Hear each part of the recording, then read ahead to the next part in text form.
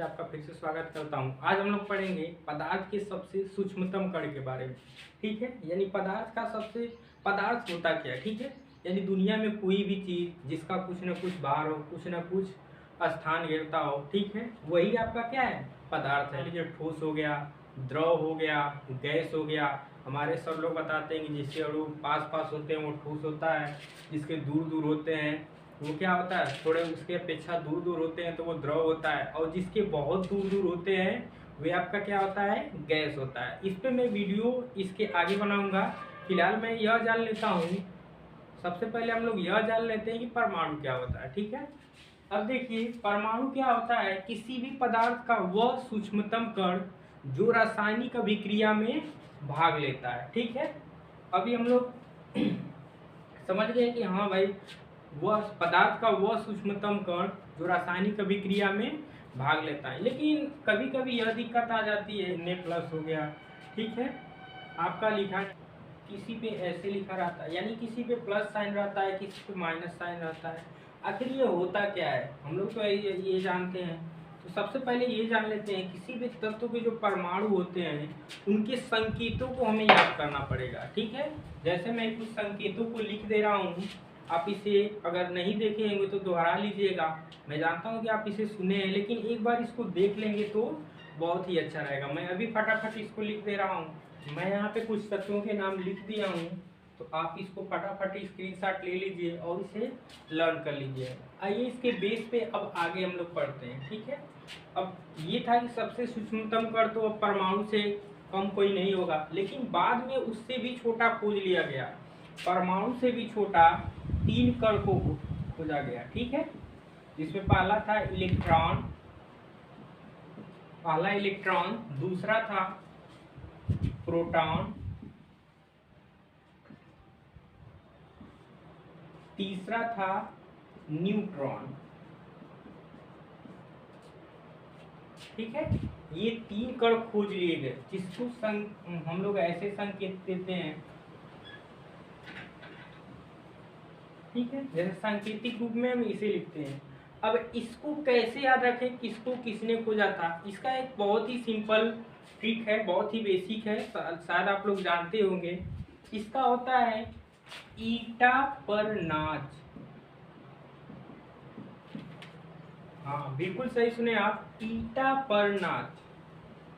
अब ये देखिए, इसको आप पहले लर्न कर लीजिए, ईटा पर नाच। अब ये देखिए, इसको देखते ही सबसे पहले ई से आपका क्या हो गया, इलेक्ट्रॉन, टी से हो गया, ट से हो गया थॉमसन, यानी इलेक्ट्रॉन की खोज किसने की थी, जे थॉमसन ने। ठीक है, प से आपका हो गया प्रोटॉन, और र से हो गया आपका रदरफोर्ड, यानी प्रोटॉन की खोज किसने की थी, रदरफोर्ड ने। उसके बाद आपका है नौ से आपका हो जाएगा न्यूट्रॉन, और उसके बाद क्या है चौ से चैडविक, यानी न्यूट्रॉन की खोज किसने की थी, चैडविक ने की थी। ठीक है, यानी इसको आप सिंपल ट्रिक लर्न कर लीजिएगा, आपको यह याद हो जाएगा कि इलेक्ट्रॉन, प्रोटॉन और न्यूट्रॉन की खोज किसने की थी।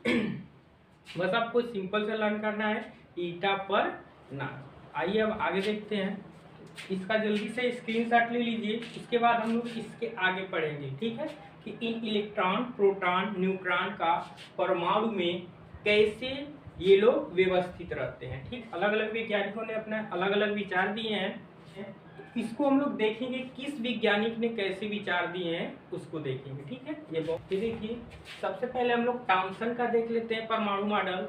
थॉमसन का परमाणु मॉडल एक बहुत ही प्रसिद्ध चीज से, बहुत ही फेमस चीज से प्रसिद्ध है।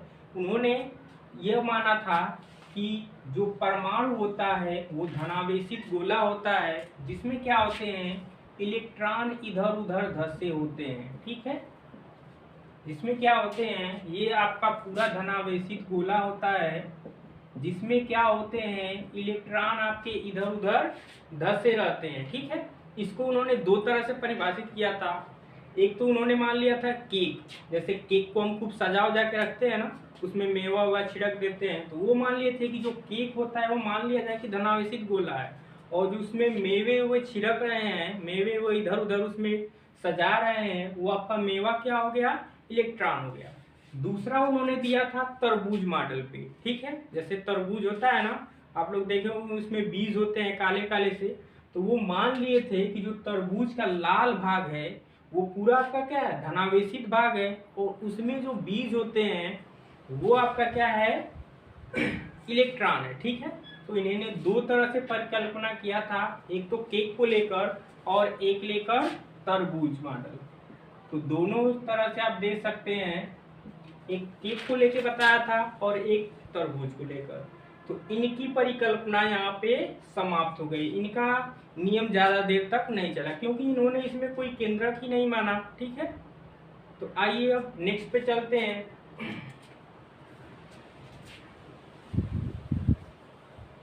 उसके बाद रदरफोर्ड ने परमाणु में नाभिक को ढूंढ लिया। जैसे आप लोग सुने होंगे, जो रदरफोर्ड है उन्होंने क्या किया, सोने की पतली पन्नी को, यानी बहुत ही पतली पन्नी को, लगभग उसमें कितने थे, 1000 परमाणु ही, लगभग 1000 परमाणु थे। उन्होंने उसमें क्या किया, अल्फा कणों की बमबारी की। ठीक है, जैसे मान लीजिए बहुत सारे परमाणु है, ठीक है, बहुत सारे हैं, इनमें इन्होंने अल्फा कणों की बमबारी की। तो कुछ कण तो सीधे निकल गए, कुछ थोड़ा सा विचलित हो गए, कुछ उसी में वापस आ गए।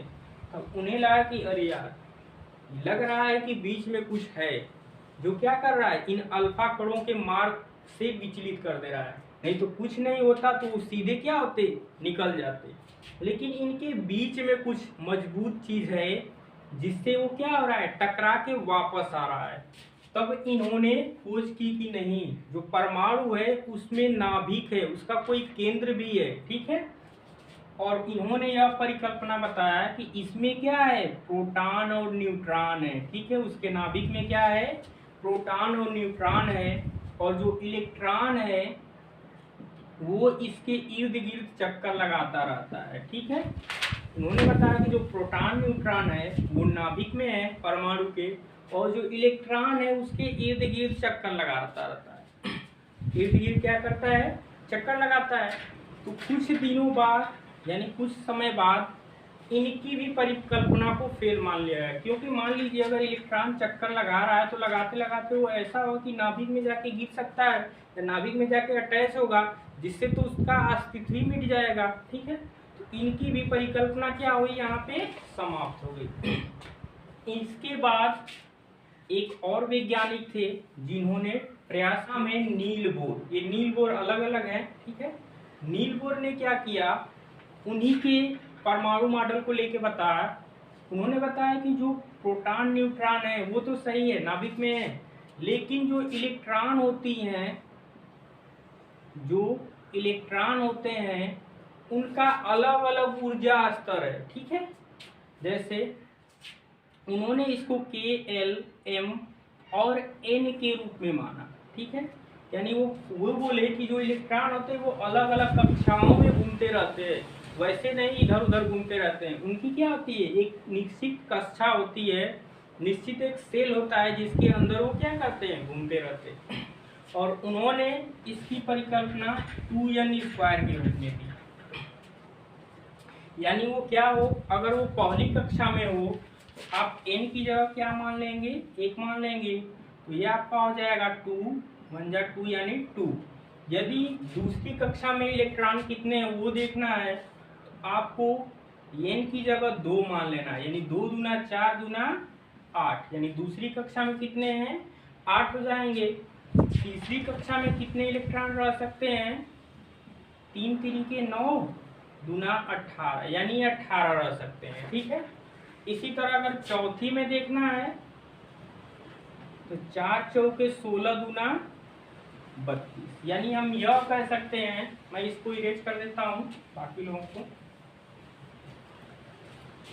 यानी इनकी परिकल्पना को प्रमाणित माना गया, सत्य माना गया। ठीक है, तो K में आपके कितने इलेक्ट्रॉन रह सकते हैं, 2, L में 8, M में 18, उसके बाद N में 32। ठीक है, यानी 2, 8, 18 और 32। और इन्होंने बताया कि जो इलेक्ट्रॉन होते हैं वो कक्षाओं में कैसे व्यवस्थित होते हैं। ये तो K में पहले सेल में, ये दूसरे, ये तीसरे, ये चौथे।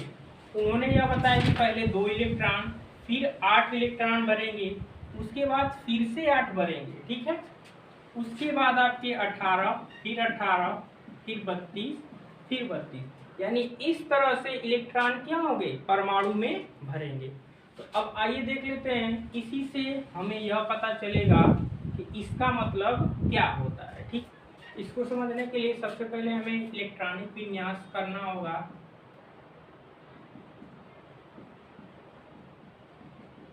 विन्यास, ठीक है, इलेक्ट्रॉनिक विन्यास देखते हैं।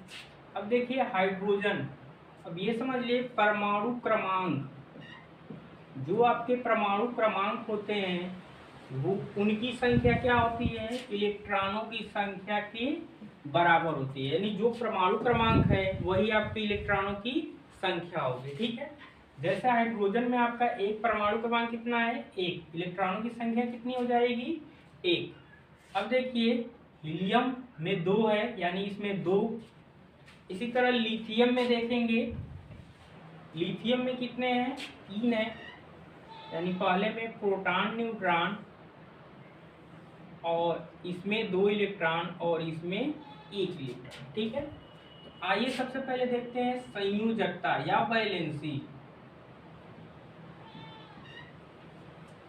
इसमें देखते हैं संयोजकता क्या है, वैलेंसी क्या है, ठीक है। यानी इसमें जिस तत्व को जितने इलेक्ट्रॉनों की आवश्यकता है अपना अष्टक पूरा करने के लिए, या तो त्याग करके पूरा करे या किसी से ग्रहण करके। मान लीजिए 8 इस तरह की सीटें, यानी पहले सीट पे 2 आदमी, दूसरे पे 8, तीसरे पे 8, यानी इस तरह की सीटें हैं जिसपे पहले पे 2 आदमी, दूसरे पे 8, तीसरे पे भी 8 बैठ सकते हैं, ठीक है। मान लीजिए हाइड्रोजन के पास 1 आदमी है, वो भेजेगा तो पहले वाली सीट पे बैठेंगे, और 1 ही आदमी है तो एक ही रहेगा। अब लिथियम में कितने हैं, 3 है, ये 3 लोगों को भेजा तो 2 लोग तो इस पे बैठ गए, बचे कितने, 1। वो क्या करेंगे, अगली वाली सीट पे बैठेंगे, पीछे वाली पे, ठीक है। अब बेरिलियम के पास कितने हैं, 4 आदमी हैं, तो ये चारों को भेजेगा तो 2 तो आगे बैठ गए, बचे कितने, 2, वो कहाँ जाके बैठेंगे, पीछे वाली सीट पे, ठीक है। इसी तरह बोरान के पास कितने हैं, 5 हैं, 2 बैठ गए, अब बचे कितने, 3, तो वो क्या बैठेंगे, पीछे वाली सीट पे। अब ये तो हो गया इनका व्यवस्था, इलेक्ट्रॉनिक विन्यास। ऐसे ही करके आप किसी भी तत्व का इलेक्ट्रॉनिक विन्यास निकाल सकते हैं। अब आइए हम लोग देखें संयोजकता क्या है। अब ये देखिए पहली सीट पे कितने हैं, 1, जगह कितने लोगों की थी, 2, यानी अभी पहली सीट पे 1 लोगों की जगह बची हुई है।